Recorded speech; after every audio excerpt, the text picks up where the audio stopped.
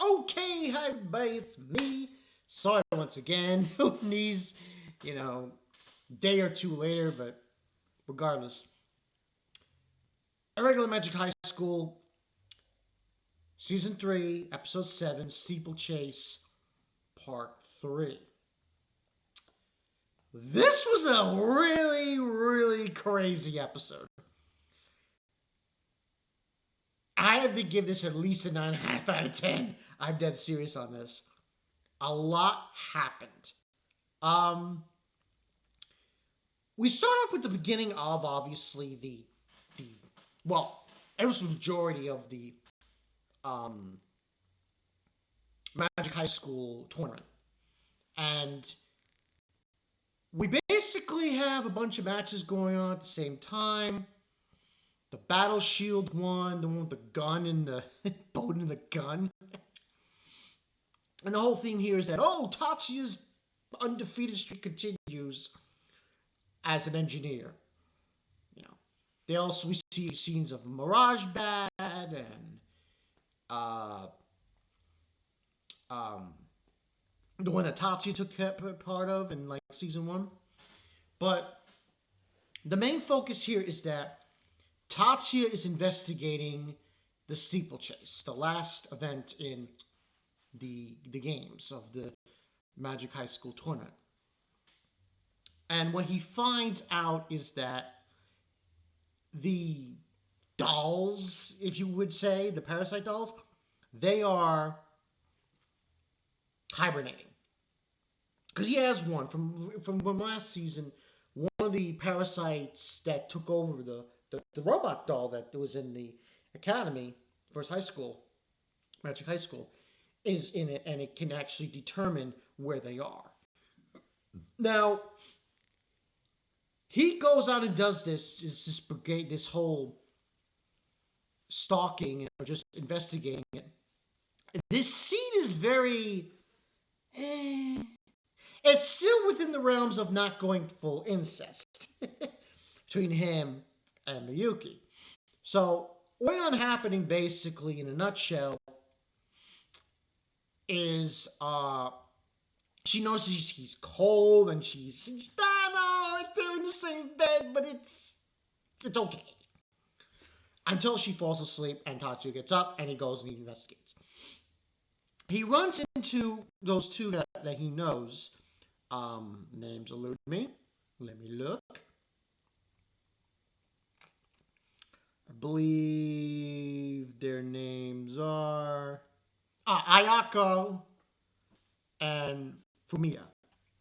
So he bumps into them and tells them, let's leave. Because there's no way to investigate, there's no way to do it, and so on and so forth. Now, the other thing that happens is he has a meeting with, Jinjichio, from the other family, the one he fought in season one. And he's going over his mind how he can take out this event, how he can save everyone, and all this other shit. And he's like, Tatsuya, he says, I'm listening. This results in a very weird situation. He has some celebrations with the other students, and he talks to the robot, tells them, this is where they are, they're hibernating, all that stuff. He gets confronted by Miyuki. And I'm like, huh? And this turns into a really weird situation now. She doesn't want him getting involved. Or more importantly, feels like he's getting too much involved. Like he's overexerting himself. To the point where she's releasing her magic and she's crying. And then he calms her down and says, you're right. I should only be protecting you, so on and so forth, blah, blah, blah, Oni-sama, blah, blah, blah. And that's what ends on happening. Now, we do get another weird thing going on. His lieutenant shows up. And he's talking with her, his ninjutsu master. And it's decided that he's going to interfere in this tournament with the steeplechase using a battle suit. You know, like the battle suit he used in season 1. This one I think is upgraded. Later on, it's revealed, and by the way, what's his face? I forgot his name. His master, Ninjutsu master, Yakumo. Yeah, this guy's eyes, they're closed for a reason. They're closed for a reason. And he decides to open them. Oh my God! You couldn't be more threatening and more intimidating if you tried. Of course, his eyes are red, which doesn't help the situation. He's actually threatening the lieutenant about how, like, even if they went berserk, these dolls, the original spell would activate and they would be sealed. But the problem is this.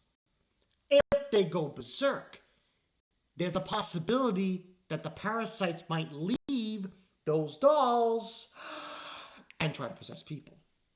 You know, like students.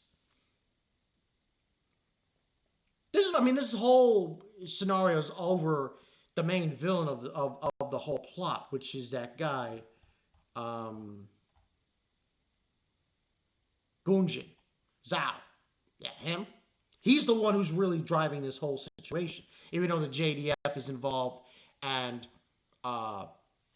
you know, the head chancellor of the Magic Academy, you know, Association is involved as well. He's the real mate person who's trying to drive them to be berserked and take out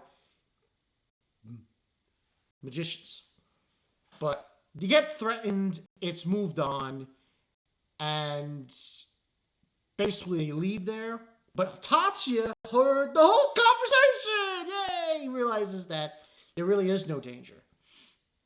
Except that they might possess people.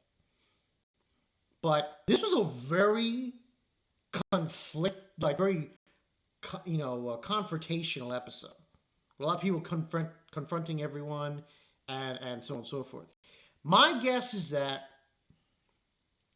Tatsuya is probably going to get involved. He's going to use this suit, but it's going to be like no one's going to know it's him because he's wearing the suit. When he wears that suit, you can't see his face.